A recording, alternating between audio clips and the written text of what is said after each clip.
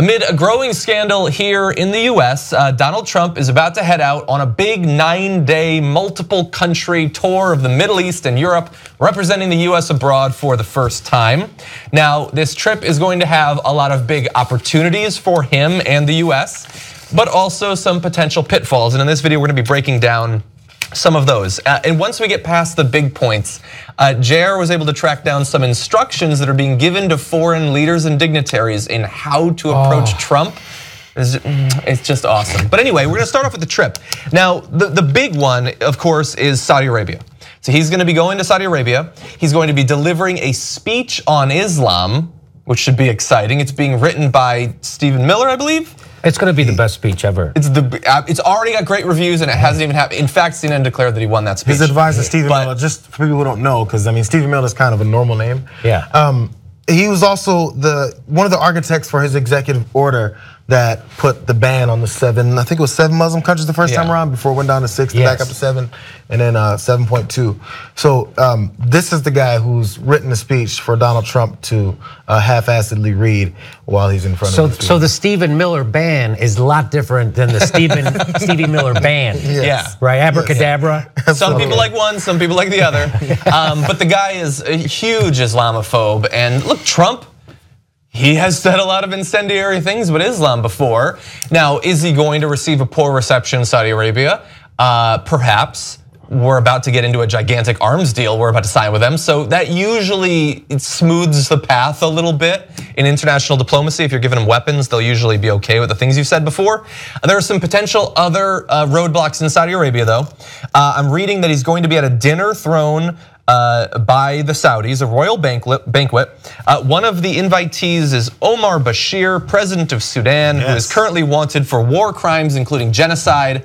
And I just don't think that Trump is going to be able to stop himself from condemning an autocrat. That's what he does, okay? He's gonna get in the guy's face, he's gonna tell him what's what. Probably not. But he is gonna be giving that speech on Islam, and so that should be exciting. I don't know if the entire thing is gonna be about radical Islam and how it's responsible for all the bad stuff in the world, but I think that he should probably give a speech on good manners. And then he should give a speech on hair combing, and then he should give a speech on tie length. Then he should give a speech. Tie length, yes. What else could he give a speech? He should then give a speech on digital, and then he should give a speech on. Yeah, there's not too much I would consider him an expert on, and even the areas where he clearly has some knowledge, he ain't a good speaker. Right. So we're gonna find out what was in that speech, but it's gonna take a couple days. You try to put yourself in a position, so I'm sorry if you're gonna get to more details, but he's gonna go on this long extended trip, 9 days, and it seems exhausting. I read through the details of what they're planning to have him do, who's supposed to meet with here on this day and that time, and how long he's gonna stay.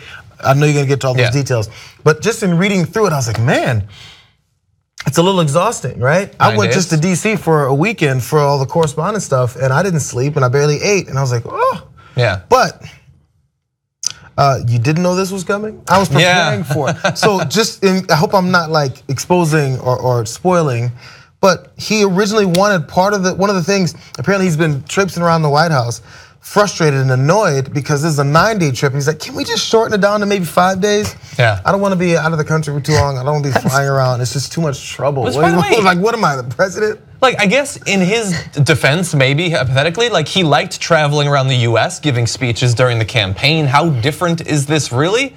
And also, the dude apparently he's not interested in being president really, but he loves the luxury, the prestige. Yeah. This is a trip where the leaders of foreign countries are gonna wine and dine you for 9 days while trying to get the US to give them various sorts of benefits. And he just gets to eat fancy dinners and sleep in the nicest beds in the world. That doesn't seem that difficult. He has to read. But he does have to read, yes. So in addition to Saudi Arabia, he is then going to fly to Israel, which I am reading is actually the first direct flight from Saudi Arabia to Israel ever. So history being made, there you go. So so this part about where this Bashir from the Sudan is gonna be there? Rumored. So, well, it says they said he's going to be Sudan's foreign minister has said Bashir's coming and Sudan is looking forward to normalizing relations with the US. He's considered he's a war criminal, right? Yeah. And so that's why it would be awkward. It would be a little bit awkward, yes.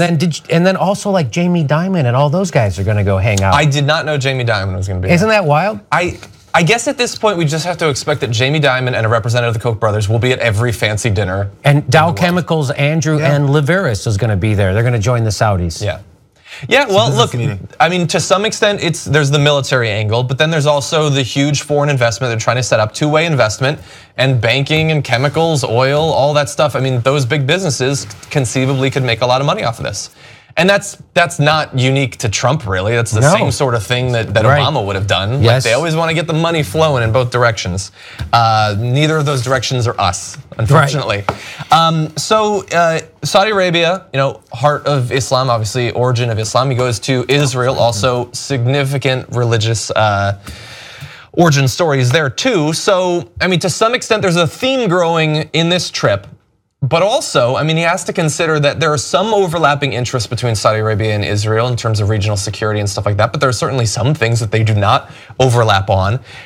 There were, however, a few interesting notes in some of our reading on this. One was that he wanted to land his helicopter at the ancient fortress in Masada. People were worried, however, that would damage the place. And so they said, no, what you can do is like past presidents, you can land your helicopter and take a cable car up to it. It's a compromise. So he responded like a responsible person and said, fuck it, I'm not doing the entire thing at all. No, if I can't land my helicopter, I ain't going. So he won't get to see what must be an amazing ancient fortress in Israel. He also is going to visit the Holocaust Memorial and said he plans to spend just 15 minutes there. And part of going to Israel is to address critics who say that he has spread anti-Semitic memes before. He hasn't really cared when there have been attacks on synagogues and things like that. His discussion of the Holocaust on the Memorial Day earlier this year didn't actually reference Judaism. So there are concerns that he's sort of turning a blind eye to anti-Semitism. So to go there and say, okay, I'm gonna go to your Holocaust Memorial Museum, but I'm not even gonna stay as long as an episode of Friends. Just stay a little bit longer, you fool. Who wouldn't want to, like think about the experience of being there. Just be a human for a second. You're finally traveling.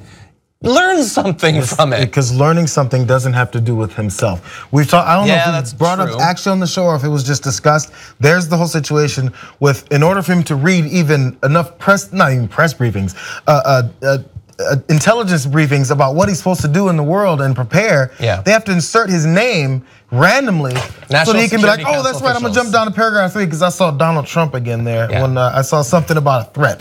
They say he'll keep reading if his name is in it enough. So with that in mind, it has to have something to do with himself. What does an ancient, what was it? The fortress in Masada, the fortress. An ancient fortress have to do with him? Nothing.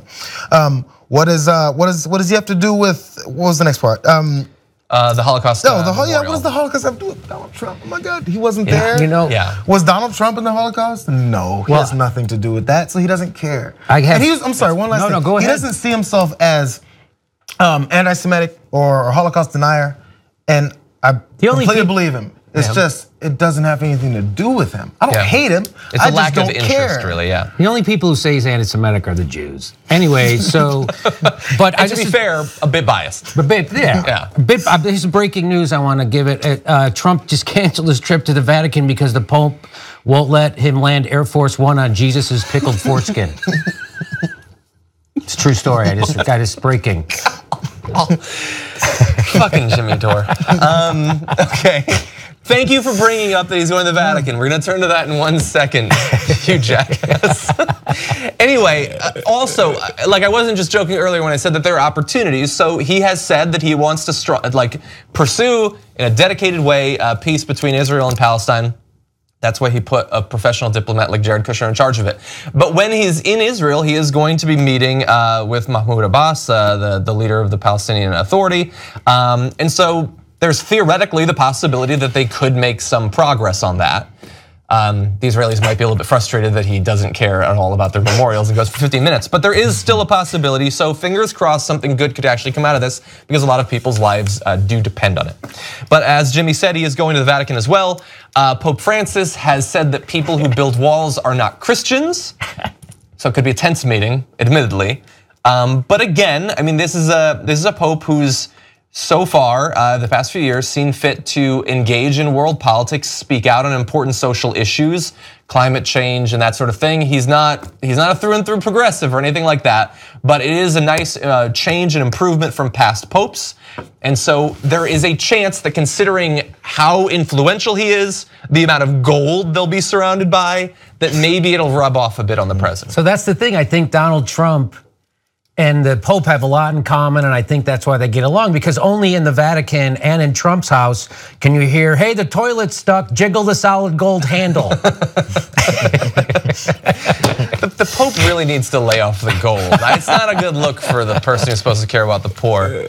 And then, of course, we also have. The Pope said he's reserved. He's not going to judge Trump, by the way. Did you hear that part? Really? He says, I never want to judge someone before I listen to the person first. Apparently, he doesn't have a TV. He hasn't been well, Trump just hasn't spoken much over the past couple of years. He's a tight-lipped fellow.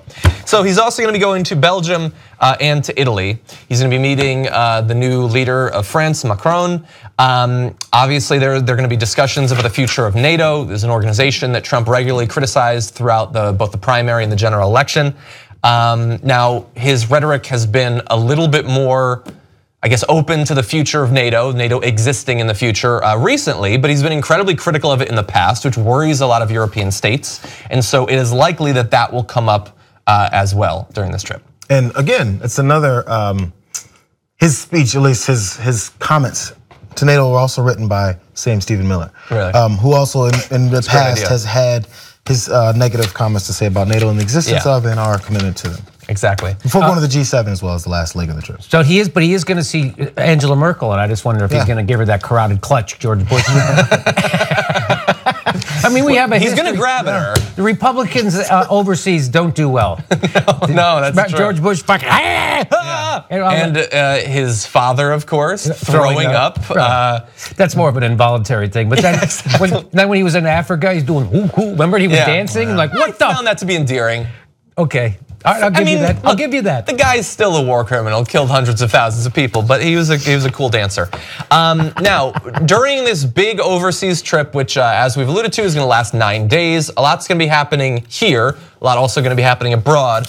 And so there have been suggestions to foreign dignitaries and leaders on how they should approach Trump. So let's go over a few of those. This is unbelievable. Among them are suggestions to compliment Trump on his election win, compare him favorably to former President Obama, say that he has wondrously long fingers, not to expect him to know your country's history or hot button issues, and make a short presentation tailored to his attention span, and don't try to bring up a long list of issues. Now, is this the Trump campaign telling other countries this, or is this the other countries figuring it out? Where did this come from? These are other countries' leaders who've had interactions with him, or at least have spoken and know how, if analyzed and see how he operates, and they know this is the type of guy we're dealing with. This is what you do in order to have a nice, amicable conversation. Yeah. Oh, no kidding. Okay. They figured out some of the things. I mean, you basically have to treat him like the kid at the birthday party who everybody knows is a dick, and you're just trying to calm him down a little bit. That's basically what they're going to do. Okay. And look, it's obviously these are funny. That's one of the reasons we're talking about it, is that he is a child, and I despise the man more than anyone else in the world. But we do need to work with other countries. We do need good relationships with foreign leaders. And it's possible that these sort of elementary, basic psychological tricks could actually lead to Trump. Like, we know Trump is incredibly sensitive to whether a person likes them or not. His view of another person is incredibly dependent on if they've criticized him or complimented him. And theoretically, the future of NATO or foreign aid to some of these countries could well depend on them using these sorts of mental judo moves. And so if it helps the world, I'm all for it. They said even